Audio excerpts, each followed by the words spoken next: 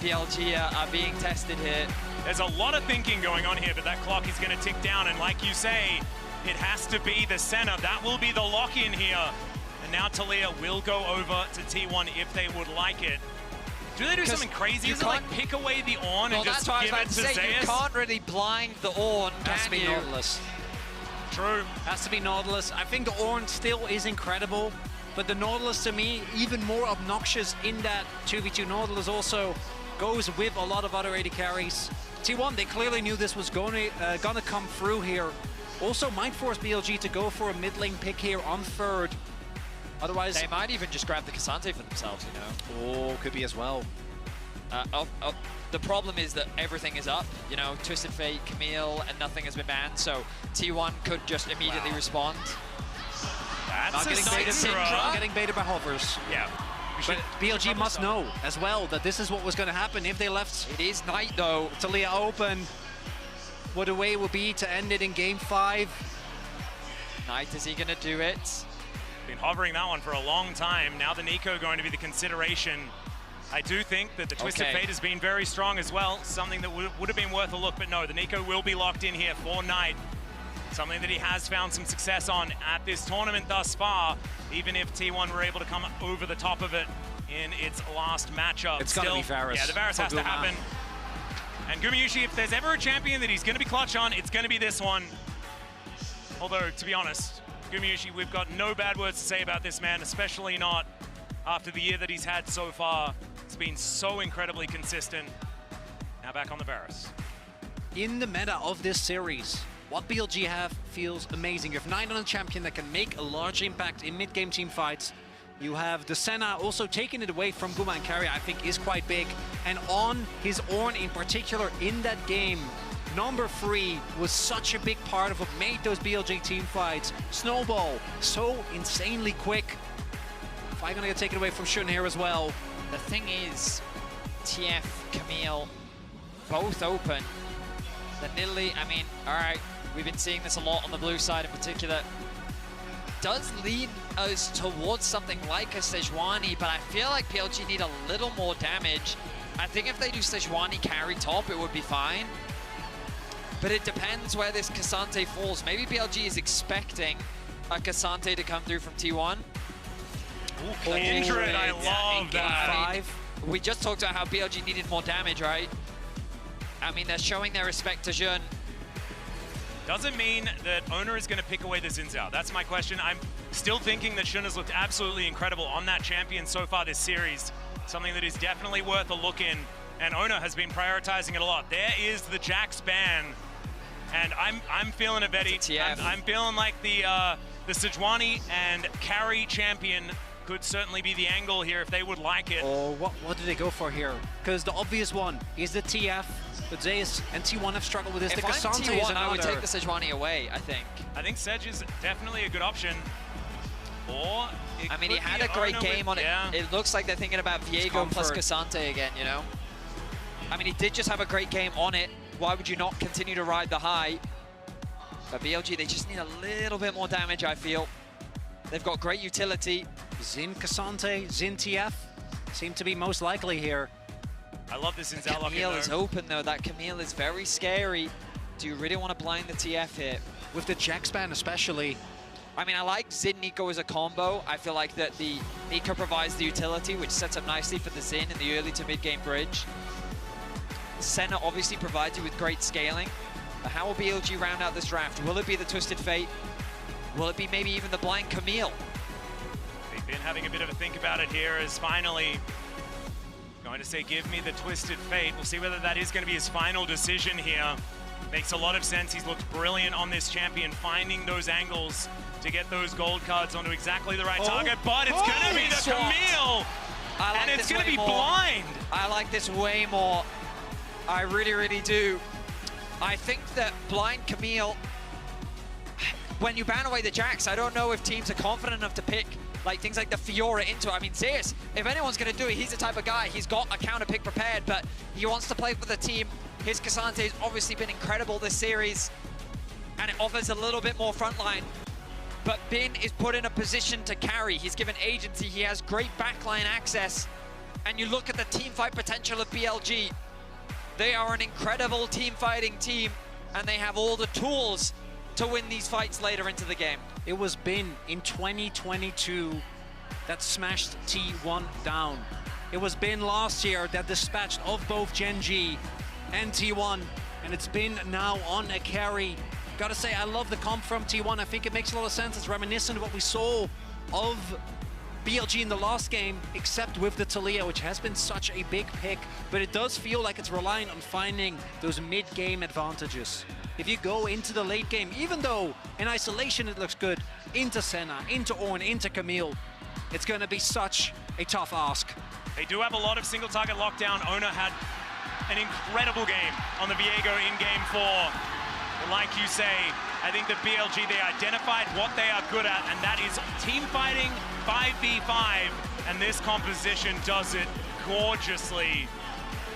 The setup, the coaching, fantastic. We saw Koma there. You could see the desperation in his eyes as he was giving T1 the final pep talk before we head to game 5. A chance for T1 to go into a rematch of the LCK final of spring this year, and in fact, the LCK final of what feels like every single final ever, or Really instead, does. it could be that Gen G are the LCK's last line of defense, and BLG heading towards what is rightfully the LPLs in the MSI trophy. It is only T1 from the LCK that's ever been able to take an MSI. If BLG wins here, they will not be able to defend that. It is only Gen G that will be able to. Let's have a look to see whether this team fighting composition is going to be able to get it done, or whether it's just going to be Bin winning in a side lane. This Camille is already so frightening. A moment of silence from the arena as we jump into game 5.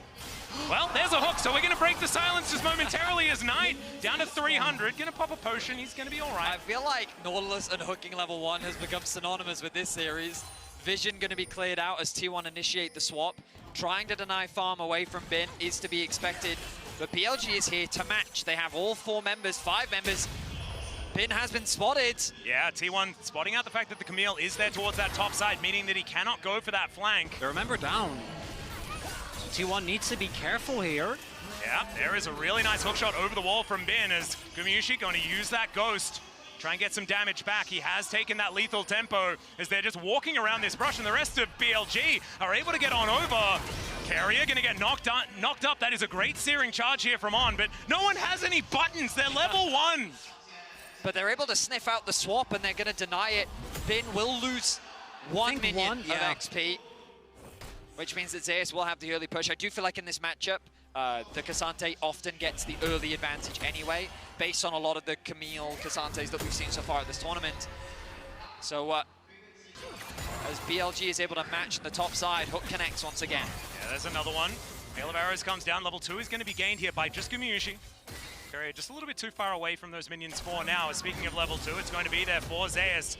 Finds himself a nice little pushback onto Bin. Doesn't want too much more than that. Bin playing around the passive nicely. Uses the shield to mitigate some of the damage back from Zeus. But notice, pushing lanes across the board for T1. Ona kind of has his pick of the litter of where he wants to go on the map. And right now it looks like he's just going to prioritize clearing out his side of the jungle. Deep wards invested from T1 will spot out Jun. Actually, maybe they didn't quite spot him out there, so they don't have full information as to where he is right now. Question mark ping's just dropped onto the Raptors. They do have an inkling. Now the ping on the red buff. So Nice little hook back. pretty confident. Crucially though, Owner also on his way towards the bot side of the map. Zeus is trying to get that wave in. The one big advantage that T1 have right now is that Zeus can trade way more aggressively because That was really well played by Bin. does still have teleport. So trades like that, as long as you're trading health and you don't get punished by this Xin Zhao, could still end up being a positive thing for Zeus, because Bin at some point is going to have to find it back. That's very true. Well, speaking of backs, the bottom lane is going to go back home here. Gumayushi Carrier going to look for a little bit of a swap back towards the bottom side by the looks of things. Do have themselves a little bit of a lead as the dust is going to settle. I mean, I'm going to stick around, build some stuff. I like that Bin is sticking around to try and push this wave in. I think he should anyway. Is he just last hitting? Because I think this is a bit of a mistake. They now see Zeus on the top side of the map. He should expect the swap to be happening. But the wave's being pushed towards Gumayushi. I feel like the problem with this now is he can just set up a freeze. He's going to be able to catch this wave, and if they then decide to swap back, Alkanon is going to lose a lot. It's also really tough. Camille early just doesn't have wave clear. That's the reason why you always go for early Tiamat. Oh dear, could be even worse than that as Carrier is rotating over. Finn, will he get hooked is the question, and there it is, pulled back. Gonna take a lot of damage here as Gumayusi wanting to proc that, but the Ignite not gonna be enough to kill him. Still gonna have to get himself out of there. Doesn't die, it's important. Still a big delay though. Bin is going to be met by Elk. And still stuck there in that lane. The big thing here is that On still has teleport available, so BLG can swap him around the map. That's true. Relatively quickly. Oh, if that would have hit. Very close. Yeah, but it is awkward for Bin right now because Zeus leveraging that TP advantage is able to go top, gets all that solo XP. Bin did what he could to stick around on the bot side of the map, but now there's this slow push mounting towards Gumayusi and Carrier. On needs to kind of make his way bot ASAP so they can get that wave in a better spot. The good news for On is he didn't lose too much because he also stayed top to soak up a lot of solo farm. It's just Bin that's kind of in an awkward position right now. For T1, ever since 2022, they have made every single final of every tournament they've attended, LCK or international, with one exception, which was last year. And it was BLG that put them in that third place. The night in the streak, obviously the streak was a lot of second places to the dismay of T1 fans. But it is still something that is important to note, that it was BLG last year who came into the tournament with, I think, very low expectations and ended up giving us that first all LPL final last year in London. It was Bin that started it all in 2022 as well, as you illustrated earlier on. Certainly a lot of history, even though there haven't been that many best of series between these two teams. Feels like so many of them have been so incredibly meaningful. And as you go to different teams that these players have been on, there's even more. As Owner in that brush, everyone sweeping everyone else to make sure that they know exactly what's going on, or at least a bit more about what's going on. Exactly is not really the right word, as they're all just red silhouettes. Now you'll notice top lane, there is a full level difference between the top laners. Now I do expect Bin to be able to catch a wave. I guess knocked back a bit, but he's not going to be too upset about that. Bot lane is still relatively even in terms of XP. Gold not really that much different either.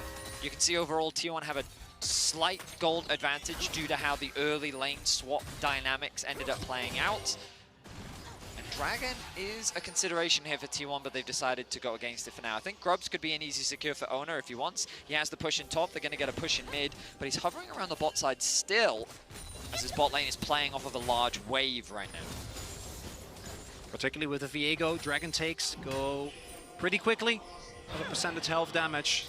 We do see Guma and Carrier keeping On and Elk underneath, but still don't want to risk it. I think the threat of Knight on a roam maybe a little bit much. Bin is gonna prank me. Zeus not nearly as easily scared. And this is, in a game 5 in particular, I think you can sense for both teams the stress that they're under is Faker. There's a Pop Blossom from Knight. He is going to be able to find Faker. Still, he's relatively healthy, but it's not quite going to be enough. There's a shove, and now he's caught under the turret. Faker with the outplay, and Shun will go down for first blood. Faker holds the flash on Knight. Is Pop Blossom knowing that if he flashes, Knight can follow him, and instead he flicks Shun into the turret. Beautiful play from Faker. It looked like first blood was secured for BLG, and just like that, T1 turned it around. Now the ult's in bot. Here's the round, there's the knock up. The double comes in on top of Carrier, but still, he gets to his turret. It's not quite, oh, never mind! He survives! Now Gumayusi with so many minions and the rest of BLG here. He gets the snap, with Carrier! I'm not sure about that one, buddy, and BLG will even out the scoreline. The 2v2 goes in the favor of BLG. They find the outplays. Kuma was so close to losing his life as well. But in the clutch in game 5, confidence remains strong for Alkanon. Kuma with the ult. It's so heavy on the mana early on. So even though he hit it on top of Elk, can't actually proc the Blight stacks. And then Carrier, desperately trying to salvage the situation, goes in for the hook, and it ends up backfiring massively. Let's have a look at this mid lane once again as Faker. We've seen this position so many times, and it's game 5 that he finds this angle with Owner. The follow-up from Owner as well was just perfect. Shun knows it's not worth flashing. Where's he going to go? The follow-up was going to come through. We look back at bot lane as well. Nice trades overall from Elk. He gets hooked up. It looks dangerous, so he's forced to flash. Then on with nice damage, but he doesn't quite have enough to get the kill onto Carrier. Almost, but just short. On then runs out of vision. Guma's also tanking all the damage. We go back to live. In the meantime, you've got Bin in a little bit of trouble here. Oh, well, Zayas in a bit of trouble here towards the top side of the map. Shun has to flash, but they'll take it, as the rest of BLG will close in and try and grab some plates. BLG with the 4-man play towards top. T1 gonna get the dragon, gonna get a decent amount of plates, but I think BLG is still gonna be happy with that one kill. I think going over to Elk there, able to pick that up. Yeah, a whole bunch more plates going over to T1 so far. As you can see in the gold, they are ahead by about 800, as this wave is once again going to go to no one. Gumayusi just going to continue to throw these arrows into the turret. And like eventually it will go down, but it's really looking quite slow here with just a Vampiric Scepter worth of damage.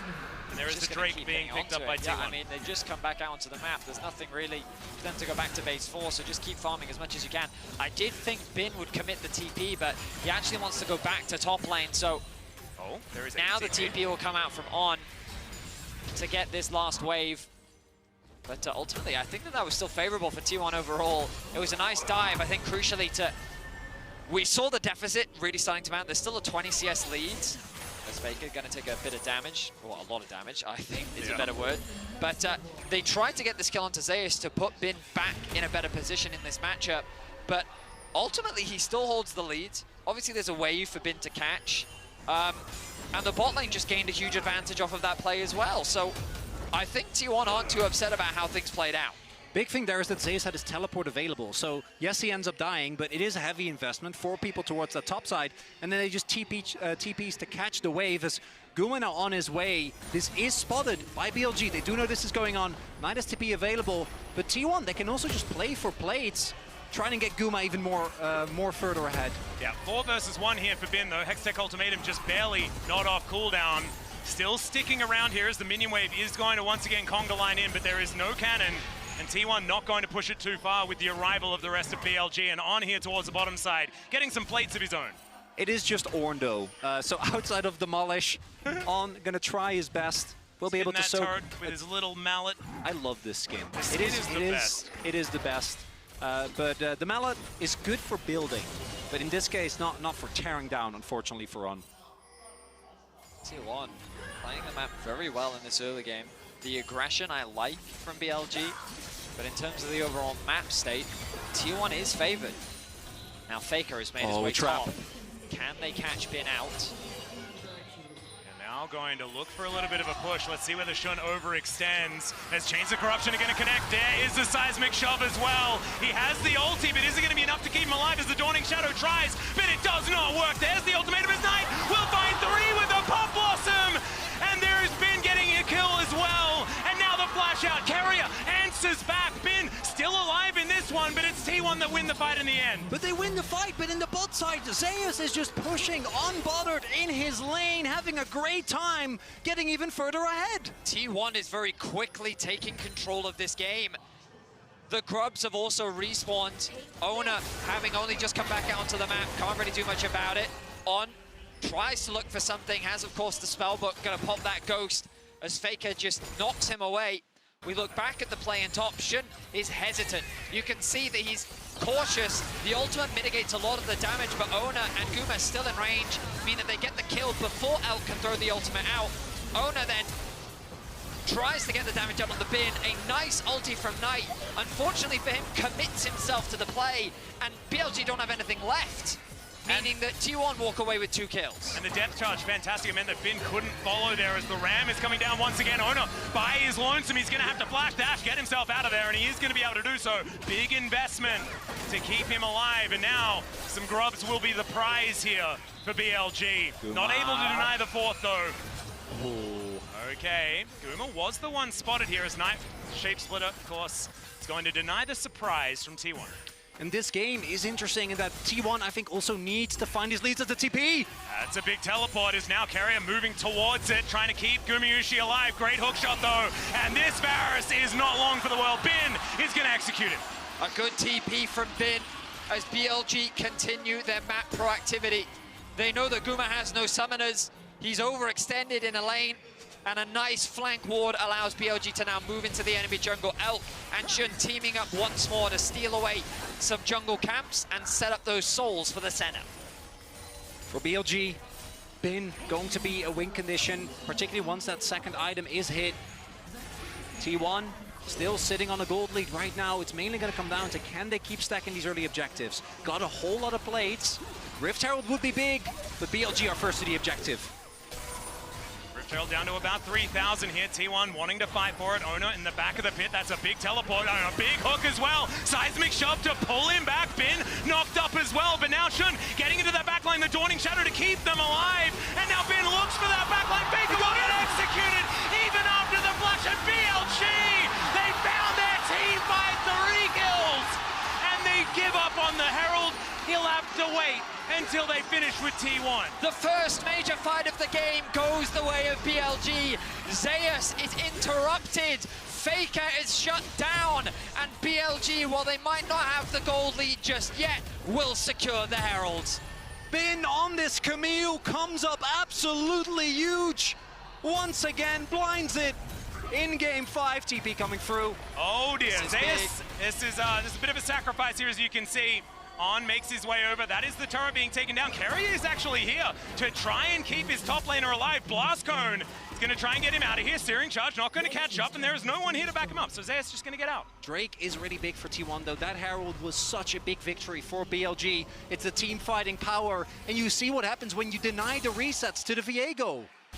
We look back at the fight, and the TP comes in. This would have been massive. Big numbers advantage in favor of T1, but because of that interruption, Shun finds access onto the backline. The Senna ultimate proving valuable. And then Bin with the flank. A nice flash commit, shuts down Faker, and he converts it into a double as well, working with his jungler as Knight and Elk find Gumayushi on the bot side. Still no summoners. A massive team fight win. K'Sante did get a kill onto On, but in the overall game state, BLG walk away the victors. Not going to be able to challenge for this dragon, and of course, in a game 5, it is Infernal Soul. Oh. Both of these teams very happy to be able to pick that one up, and it does mean that we're going to get some pretty spicy fights as these dragons start coming in. And Cinders, man. Cinders make the game so much more fun. Bin, the player that has found ways to make plays regardless of the state of the game, is now a 4-0-1 Camille. They put that trust in him. It was the choice between the Twisted Fate or the Camille, and he said, just give me Camille. I can do so much more in these fights. And you already saw in the previous fight what he is capable of. I think it's like debate around best top laner in the world. Like, I know Keen is a strong candidate, but Bin is really trying to throw his name into the ring. Of course, it's already in there, but what a monster series from him. Even in the Gen G series, I think many people looked at Bin like, Bin, you did well. Stand proud. You are not the problem. And I'm getting flashbacks, man. I remember when he killed 5 people in a row on Fiora. And Camille is a champion that can also take over a game.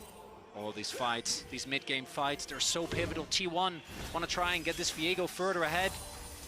Want to try and play around these one-item spikes. Well, now you've got a back coming on through here as BLG will wait, but they still do have the end. Bin finds the Hextech ultimatum. The train is going to be there as well. And now T1, they want to find something back, but of course the Bellows Breath is going to deny the CC, and Zeus, he's going to get pop blossomed, and he is going to survive for a long time, but not long enough. Elk going to lock down the kill, and BLG will lose no one and take 2. In this game number 5, T1 found the early blows. But through that team fighting, BLG now in the lead. The only good news is it's hard for BLG to convert this into any objective. Elk and Knight did lose their flash in the exchange. They won't have it for the ensuing dragon fight, but Faker committing his TP means that's not going to be available. That ward spots out Viego backing. Bin and Shun diving together. The ultimate timing is perfect. And with Senna's ulti there to support him, Bin finds another kill. On the flip side, Zeus caught amongst many a member. Don't even know if Knight really needed a hard commit, but they wanted to ensure that Zeus went down, that the Faker TP would not go, and turn the situation around for T1. and it is currently sitting for the first time. Bin now, which I can't believe it's the first time, but he's actually sitting at a gold lead now. And he's 5-0-2. Yeah, is only going to get bigger and bigger, and T1, they're going to need to find some insane 72 team stacks fighting. as well on Elk, 19 minutes into the game. Pretty solid pace. BLG are very quickly taking control of this game. And I feel like you can feel exactly what BLG were discussing between games 4 and 5, and that was, don't let this Viego get resets. It feels like as soon as Bin is in range in any way of Owner, he is beelining straight for him to take him off the map, and my God, it has been working so incredibly well so far in this game. I mean, also, obviously the game's not over yet, but T1 saying, we'll leave you Talia up. Take it, go ahead. And they conceded it. They trusted in Knight's Nico. Elk gonna take that one away. Yep, the charge now denied. Shelly is still gonna move towards that turret. Dragon in a minute's time. Yeah. A-Ramp coming on through the Baron now on the map here. But look at Bin, sitting top lane. Has TP available. More than comfortable to be sitting in a side lane. BLG grouping as 4, playing the 4-1, use their control in mid to move into the jungle. We've talked about this so many times this series. BLG will tell you which part of the map belongs to them, and if you dare enter it, you will pay the consequences. And even though T1 obviously can get a Hail Mary fight later into the game, into Camille, into Ornn, into Senna, that is going to feel like the kind of Hail Mary that you don't want to rely on. This next Drake fight, I think, is absolutely essential. The problem is it's only sole points, so if you overcommit, BLG can just run towards that Baron. T1, of all teams, should know, and if they don't win this soul fight, if they lose control of this game, you gotta imagine it's gonna be BLG going up against Genji again in that grand finals tomorrow. Just feels like mounting dread for T1 as the champions on the side of BLG just, they're like a fine wine. They just get better and better as the game goes on. Gumushi has found some phenomenal angles on this on-hit Varus, but he's going to have to be one heck of a hero against all of this CC that BLG have picked for themselves. Drake is spawned. Let's see whether it is something that T1 can find. They found miracles before, but this one's so hard. The bot wave needs to be caught. T1 have numbers advantage on the mid wave. Knight going to catch that one out. Guma a little hesitant to step up. Now, Bin should be able to secure the bot tower. Zeus is going to go and answer, but it's BLG with full control over the river. Did T1 just concede this? Perhaps wait a little longer before fighting. Ulti. Yeah, carrier. Dodging a lot of abilities as Shun is going to get flicked back, but nothing of note really going. Oh, that hook barely missing onto Knight there. Does get him to the side. T1 with an avenue, but not a minion wave.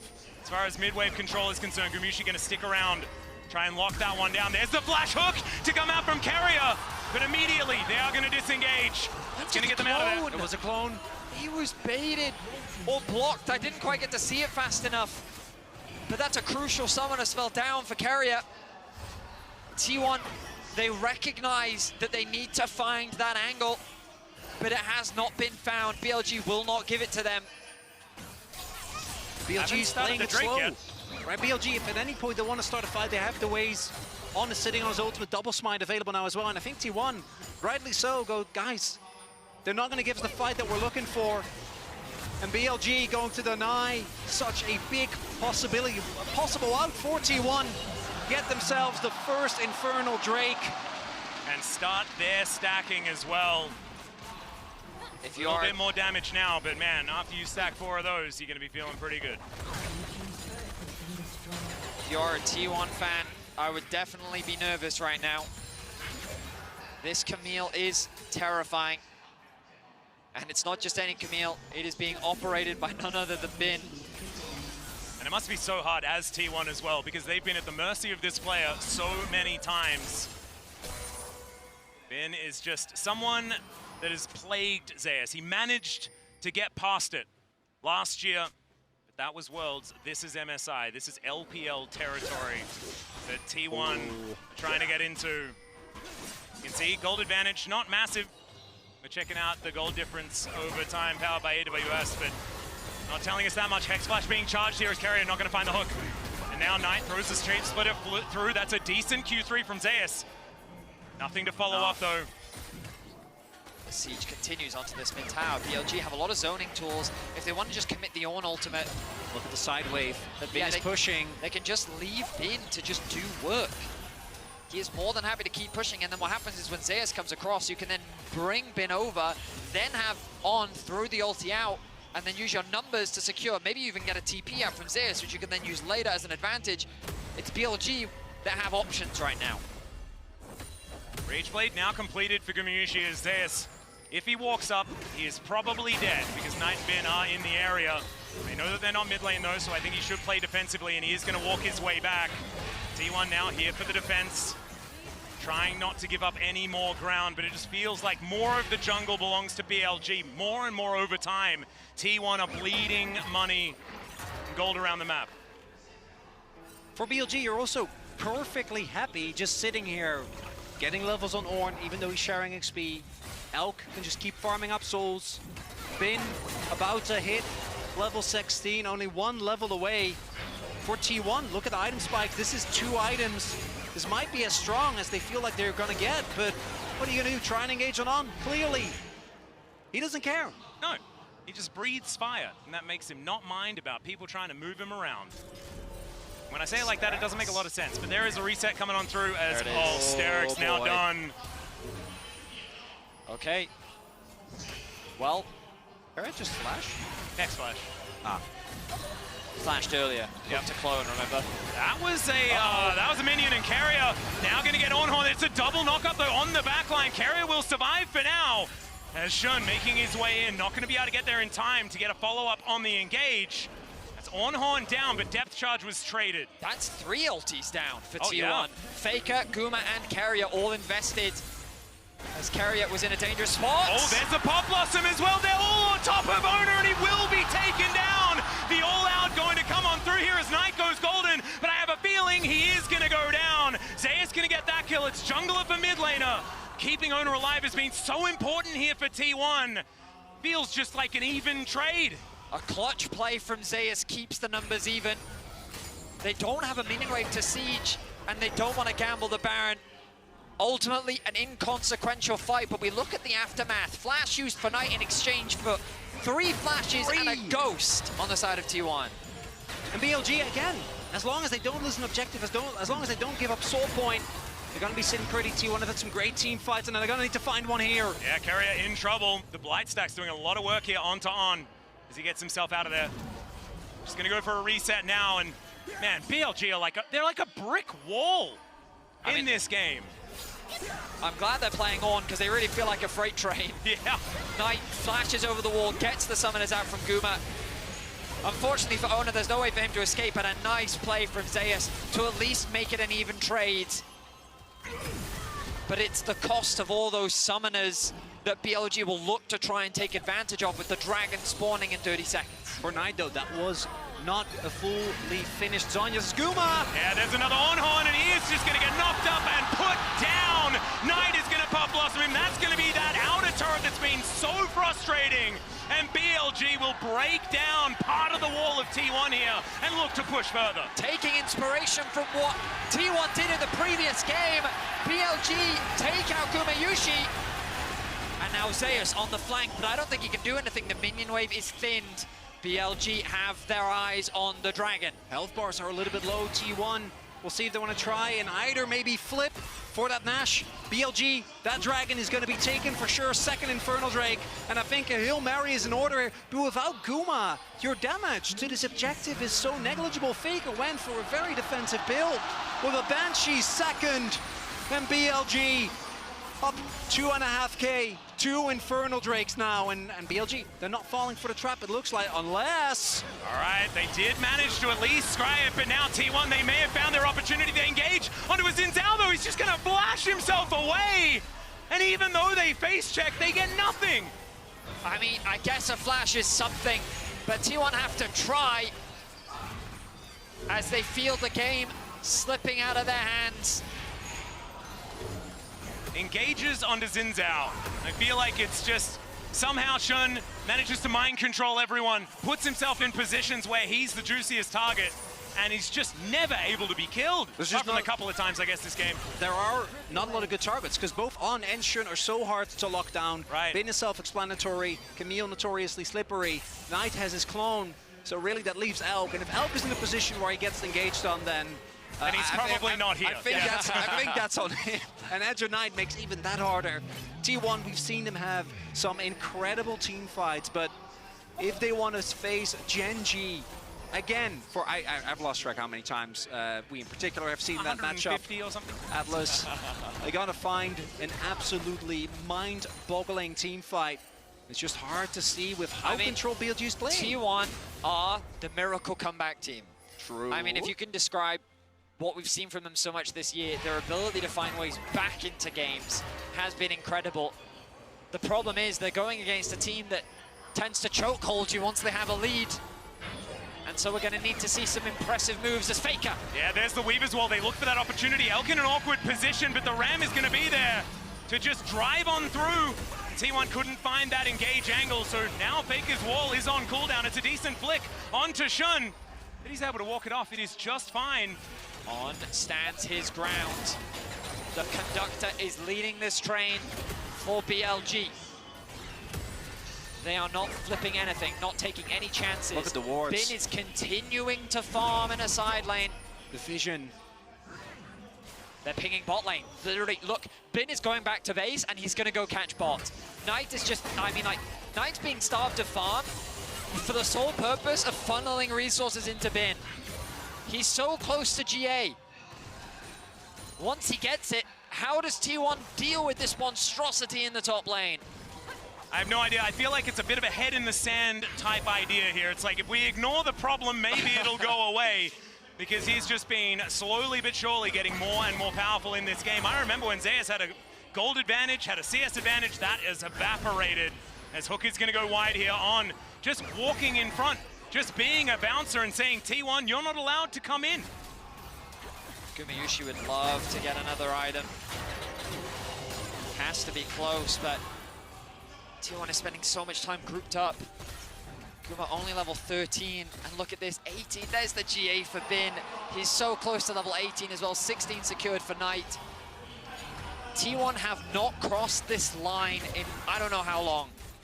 Haven't been able to get any sort of angle here.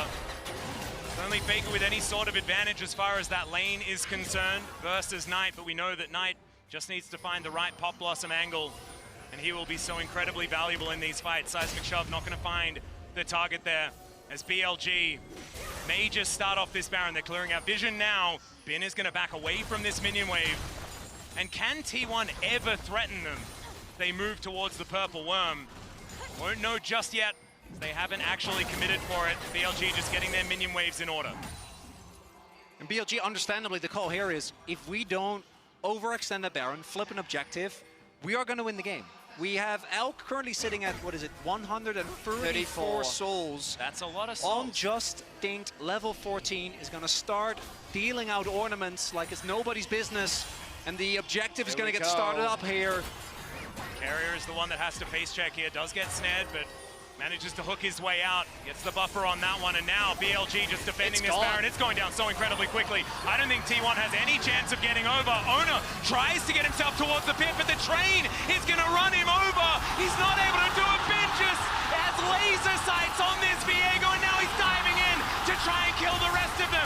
Might have been a little over-aggressive, but he's got a Guardian Angel. Carrier's flash does nothing. Ben comes back alive, and BLG get a Baron and the rest. Baron secured, T1 demolished, BLG on track to return to the finals and knock T1 out of MSI. As the cinders rain down, Jungle goes crazy. BLG with this Baron, they might look for the end.